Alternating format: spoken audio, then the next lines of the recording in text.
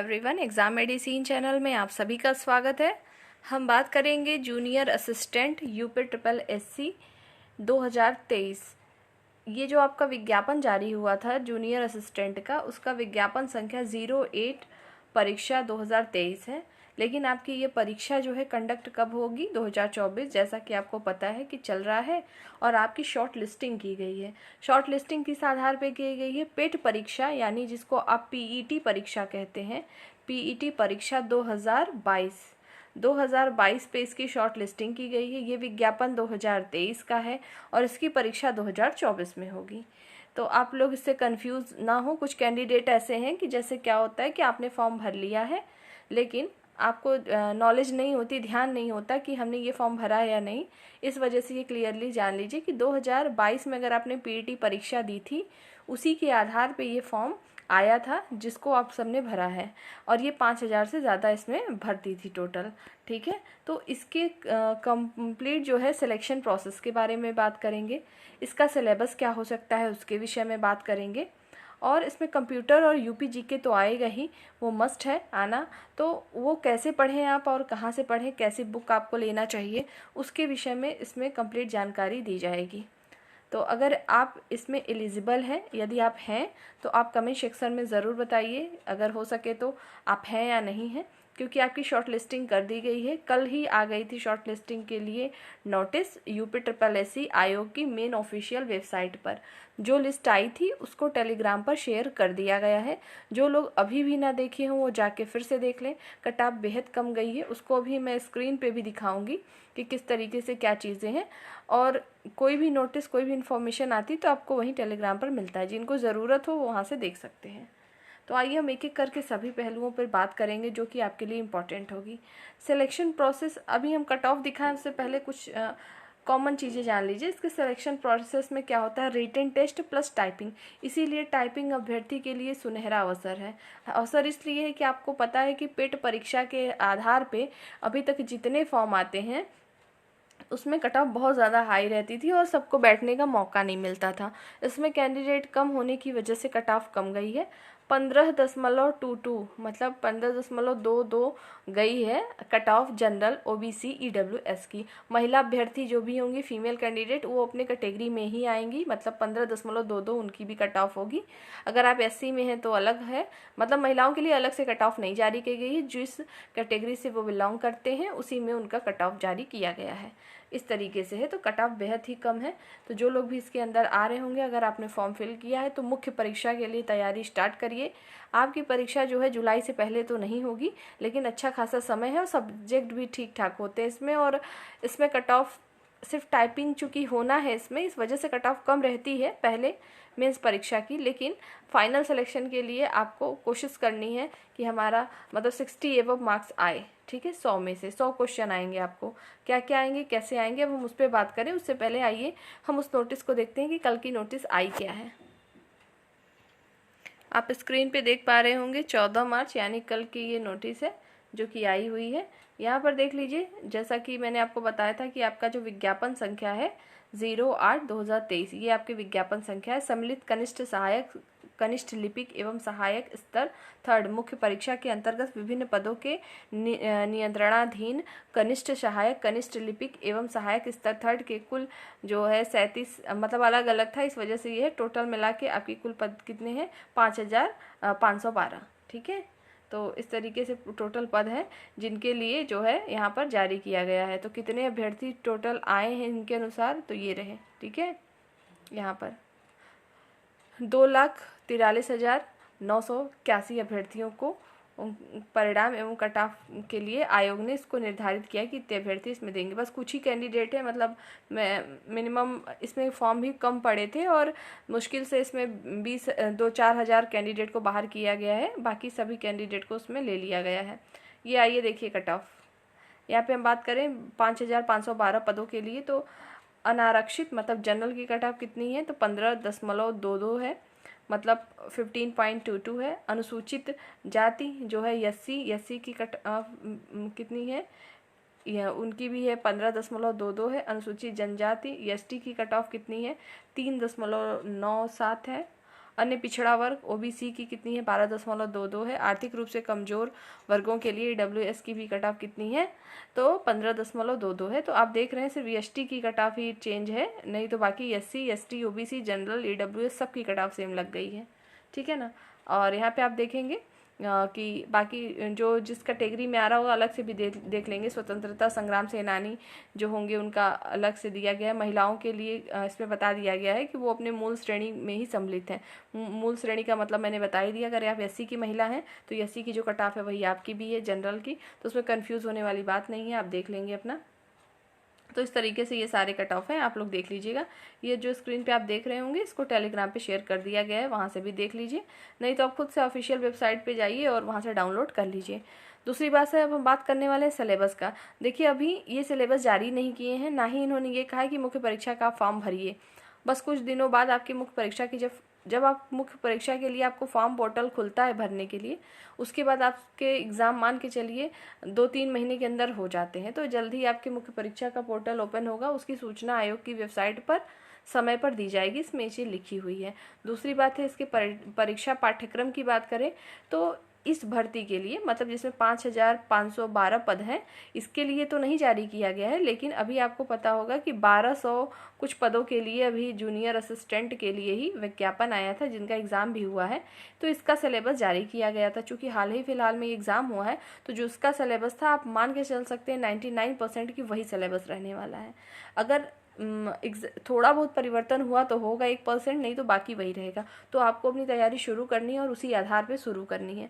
1/4 की negative marking भी होती है, इस बात का अच्छे से ध्यान रखेंगे, ठीक है। आइए अब हम सिलेबस देखते हैं कि क्या रहा था सिलेबस अभी जो 1200 कुछ पदों के लिए विज्ञापन जारी हुआ था उसके लिए, तो उसी के अनुसार आप पढ़ाई शुरू कर दीजिए अपनी। ये स्क्रीन पे आप देख पा रहे होंगे सिलेबस। मैंने जैसा कि बताया अभी जो कल जारी हुआ है शॉर्ट लिस्ट, ये उसका नहीं है, उसके विज्ञापन में ये चीज़ मेंशन नहीं है, लेकिन अभी 2-3 महीने पहले एग्जाम जो हुए हैं जूनियर असिस्टेंट के, उसका सिलेबस दिया था मुख्य परीक्षा का, तो यही आपका रहने वाला है। अभी भी मैंने कहा जैसा कि 1% चेंज होगा, नहीं तो पूरा यही सिलेबस रहेगा। तो देखिए क्या क्या आता है इसमें। 100 प्रश्न आते हैं, आपको 100 नंबर मिलते हैं उसके। तो पहला भाग हो जाता है हिंदी परिज्ञान और लेखन योग्यता। लेखन योग्यता से कंफ्यूज नहीं होंगे, आपके जनरल पूरे आपके जो ग्रामर सेक्शन होते हैं वो सभी आएंगे, मतलब व्याकरण वाले आपके जैसे संधि समास और वो जो आपके पर्यायवाची शब्द आएंगे, संधि विच्छेद आएंगे, ठीक है। और लेखक और उसके नाम से भी रिलेटेड प्रश्न आएंगे। पैसेज आते हैं, मतलब कॉम्प्रिहेंशन जिसको आप बोलते हैं, पैराग्राफ आएंगे, उससे क्वेश्चन करने होते हैं। इस तरीके के प्रश्न पूछे जाते हैं आपके।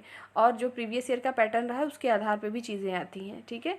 तो हिंदी के कितने प्रश्न 30 प्रश्न आएंगे। सबसे अच्छी बात है ये है कि देखिए ऐसा ज़रूरी सभी के साथ ऐसा होता नहीं है कि सबकी मैथ बहुत स्ट्रांग होती है, इंग्लिश बहुत स्ट्रांग। इसमें ख़ास तौर से आप देखेंगे कि कुछ कैंडिडेट होते हैं जिनको प्रॉब्लम होती है, तो मैथ और इंग्लिश इसमें है ही नहीं। तो ऐसे अभ्यर्थियों के लिए तो और भी बेहतर है कि आप यहाँ पे थोड़ा सा मेहनत करेंगे तो काफ़ी अच्छा कर सकते हैं, ठीक है।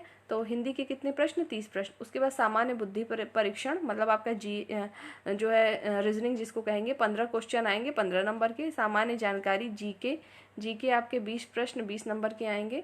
और कंप्यूटर एवं सूचना प्रौद्योगिकी की अवधारणा एवं इस क्षेत्र में समसामयिक प्रौद्योगिकी विकास एवं नवाचार ज्ञान से संबंधित 15 प्रश्न आएंगे। तो ये सेक्शन बहुत ही इंपॉर्टेंट होगा और आसानी से आपको नंबर देगा। देखिए जो इसमें जीके वाला पार्ट है, आप सबको पता है अगर 20 नंबर की जीके कहीं भी आती, चाहे वो कितना भी पढ़ने वाला बंदा क्यों ना हो, तो उससे भी प्रॉब्लम होती है। 20 में 20 लाना बहुत बड़ा टास्क हो जाता है, ठीक है ना। तो आप उसमें मैक्सिमम 12-13 प्रश्न मतलब करेक्ट करना, चूँकि निगेटिव मार्किंग इसलिए मान के चलिए कि 15-12 बहुत अच्छे कैंडिडेट है तो उतना तक ला सकते हैं। लेकिन कंप्यूटर सेक्शन जो है आप इसमें पूरा ला सकते हैं, क्योंकि इसको अगर आप समझ लेंगे अच्छे से तो कर लेंगे। इसमें आपके करंट से भी प्रश्न आएंगे। करंट से इसमें लिखा है ना समसामयिक प्रौद्योगिकी विकास एवं नवाचार ज्ञान, तो जो आपके करंट में कंप्यूटर के क्षेत्र में जो भी डेवलपमेंट हो रहे हैं, जो भी चीज़ें हो रही हैं, उससे भी संबंधित आपको प्रश्न देखने को मिलेंगे। दूसरी बात करें भाग 5 में, मतलब पार्ट 5 में क्या दिया, उत्तर प्रदेश राज्य से संबंधित सामान्य जानकारी। अच्छी बात यह है कि इन्होंने एक्सप्लेन किया है पूरा ब्रीफ में, पूरा एकदम डिवाइड भी है कि किस तरीके से आपको सिलेबस पढ़ना है, कौन कौन से टॉपिक पढ़ने हैं, वो भी है, अभी आपको दिखाएंगे। इसके 20 प्रश्न आएंगे। तो सिलेबस बहुत ही बेहतरीन है, थोड़ा आपको मेहनत करने की ज़रूरत है। आरओ परीक्षा अगर आप दे रहे होंगे, दिए होंगे, तो आप यूपी स्पेशल पढ़ते हैं, वहाँ पे आपको नॉलेज होगी। बाकी चीज़ें इसमें जो भी आप देख रहे हैं सिलेबस, लगभग आप हर एग्ज़ाम में पढ़ते हैं, ठीक है। तो हम बात करें आप पढ़ेंगे कहाँ से। जैसे इसके लिए सबको पता है कि आदित्य पब्लिकेशन की बुक बेस्ट है, आप उसको पढ़िए, आपके लिए सफिशियंट होगा। रीजनिंग आप जहाँ से जो भी प्रैक्टिस मिले आपको करिए, प्रैक्टिस पे डिपेंड होता है। रीजनिंग सबको आती है, ठीक है। सबसे बड़ा चैलेंज होता है कि कम से कम समय में वहाँ पे आप कर लें। रीजनिंग का ऐसा कोई क्वेश्चन नहीं होगा मेरे ख्याल से, जो कंपटीशन दे रहे हैं बच्चे उन्हें ना आता सबको है, बस टाइम टेकन हो जाता है, कभी दिक्कतें आती, उस समय नहीं सुलझ पाती है पहेली कुल मिला के। तो सिटिंग अरेंजमेंट के क्वेश्चन जो होते हैं प्रॉब्लम क्रिएट कर देते हैं। तो थोड़ी चीज़ें हैं, उसको आप देखें, उसको प्रैक्टिस पर डिपेंड है। बाकी चीज़ें तो पढ़नी है। जीके में हर एक सब्जेक्ट पढ़ना है, प्लस करंट अफेयर पढ़ना है, ठीक है। दूसरी बात कर ले कंप्यूटर 15 नंबर, ये कहाँ से पढ़ेंगे आप। देखिए इसके लिए काफ़ी बुक है, आपके पास जो लूसेंट की बुक आती है वो भी पढ़ना है आपको, और अरिहंत पब्लिकेशन की आती है, अगर आप चाहें तो वो भी ले सकते हैं। मतलब कोई भी अगर आपके पास बुक है तो उसी को पढ़िए, अलग से किताब मत खरीदिए, क्योंकि इसके लिए आपको डिफरेंट ऑनलाइन प्लेटफॉर्म पे भी चीज़ें मिलती है, वहाँ से भी पढ़ सकते हैं।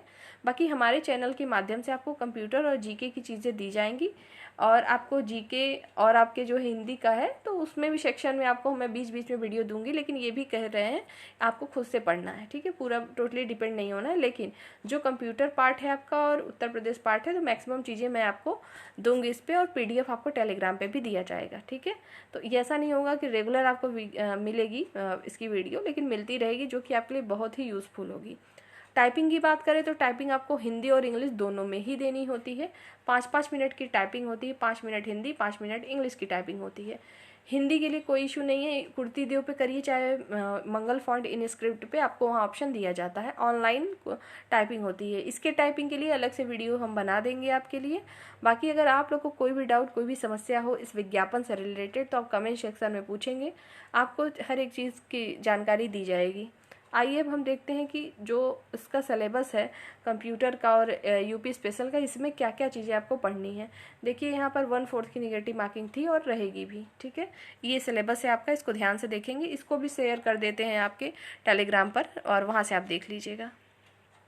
देखिए अभी हम जो सिलेबस देख रहे थे उसी के अंतर्गत हम देखें तो जीके का, हिंदी का जैसे मैंने आपको बता दिया वो चीज़ें। रीजनिंग आपको कहीं से भी कोई चीज़ आती है, वो प्रैक्टिस पर डिपेंड है। बाकी देखिए इसमें यहाँ पे दिया हुआ, और वो जो इंटर लेवल स्तर का रहता है पूरा आपका लिखा, देखिए इंटर लेवल स्तर का रहता है, लेकिन आपको भी पता है कि इंटर लेवल स्तर का नहीं है, तो थोड़ा हाई ही आता है, ठीक। आइए आगे देखते हैं। और इसमें लिखा हुआ है कि आपको ऐतिहासिक ज्ञान, मतलब आपको इतिहास, भूगोल, इस सब से संबंधित चीज़ें, विज्ञान, सब कुछ इसको पूरा पढ़ लीजिएगा। है वही सारी चीज़ें कि आपको करंट अफेयर आएंगे, पॉलिटी पढ़नी है, हिस्ट्री पढ़नी है, ज्योग्राफी पढ़नी है, इकोनॉमिक पढ़नी है, और साइंस, जनरल साइंस पढ़ना है, बहुत डीपली नहीं जाके पढ़ना, ठीक। तो ये चीज़ें इसमें आएंगी। आइए हम बात करते हैं कंप्यूटर की कि आपको उसमें क्या क्या टॉपिक रखे गए हैं। जैसे देखिए इस प्रश्न के इस भाग में उम्मीदवारों से कंप्यूटर एवं सूचना तकनीकी का परिचय, hardware, software, operating system, spreadsheet, email, social networking, e governance की जानकारी, डिजिटल वित्तीय उपकरण और अनुप्रयोग, इंटरनेट एवं वर्ल्ड वाइड वेब का परिचय, भविष्य के कौशल और साइबर सुरक्षा का अवलोकन, वर्ड प्रोसेसिंग के तत्व तथा कंप्यूटर और सूचना प्रौद्योगिकी के क्षेत्र में होने वाले तकनीकी विकास एवं नवाचार, artificial intelligence, big data processing, deep learning, machine learning, internet of things पर आधारित इस क्षेत्र में भारत की उपलब्धियों से संबंधित प्रश्न पूछे जाएंगे। मतलब AI पे जो काम हो रहे हैं, मतलब जो आपके सारी चीज़ें हो रही हैं आर्टिफिशियल इंटेलिजेंसी पे, तो ये सारी चीज़ें आपसे पूछी जाएंगी। और भारत की उपलब्धियां, मतलब जैसा मैंने बताया कि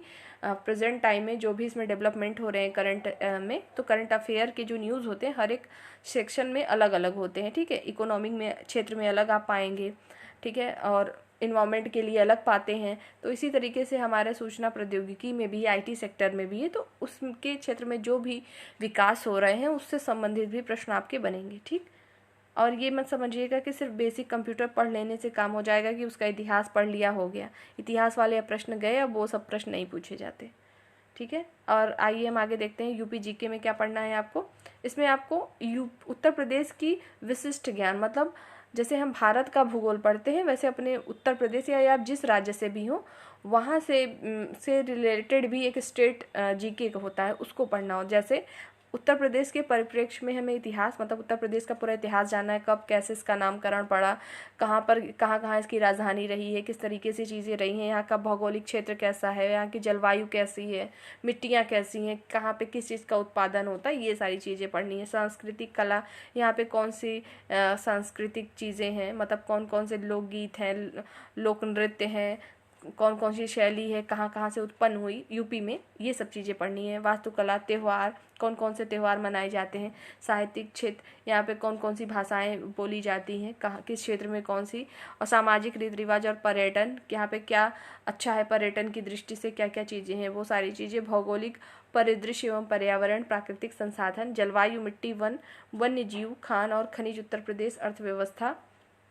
कृषि, उद्योग, व्यवसाय और रोजगार, राज्य व्यवस्था एवं प्रशासन तथा समसामयिक घटनाओं एवं विभिन्न क्षेत्रों में उत्तर प्रदेश राज्य की उपलब्धियों पर आधारित प्रश्न पूछे जाएंगे। तो कुल मिला के इसमें भी आपको देखने को मिलेगा यूपी के करंट से भी प्रश्न आएंगे और यूपी जीके के भी प्रश्न आएंगे, ठीक है। तो ये चीज़ें आपको पढ़नी है। तो इस सब को आपको तो खुद से पढ़ते रहना है, बाकी चैनल के माध्यम से जितना हो सकेगा आपको चीज़ें दी जाएंगी, ठीक है। बाकी अगर आपको किसी भी प्रकार की कोई समस्या, कोई गाइडेंस की आवश्यकता होगी तो मिलेगा, और जो मिलेगा वो सही मिलेगा। ज़रूरत हो तभी पूछिए, अन्यथा नहीं। तो ये सारी चीज़ें रहीं आपको इस वीडियो में बतानी थी, जो कि बेहतर मौका है। जिन लोगों ने भी फॉर्म डाला एग्ज़ाम ज़रूर दीजिए, बेहतर है, आप अच्छा कर सकते हैं। भले ही आपका पेट में एग्ज़ाम मान लो 15.2 हो गया, सपोज़ करिए कोई कैंडिडेट ऐसे जिनका 17 नंबर हो, 16 नंबर हो, वो भी परीक्षा दीजिए, आपको मौका मिला है तो आप करिए, बेहतर कर सकते हैं। ऐसा कुछ नहीं है कि इसमें अगर 90 नंबर वाले कैंडिडेट बैठ रहे हैं तो आप नहीं कर सकते, कर सकते हैं, ठीक। तो प्रयास करिए, सब कुछ हो सकता है। तो उस वीडियो में संपूर्ण जानकारी में यही चीज़ें थी। बाकी नेक्स्ट वीडियो में हम नई इन्फॉर्मेशन के साथ फिर मिलेंगे। तैयारी करते रहिए। जय हिंद।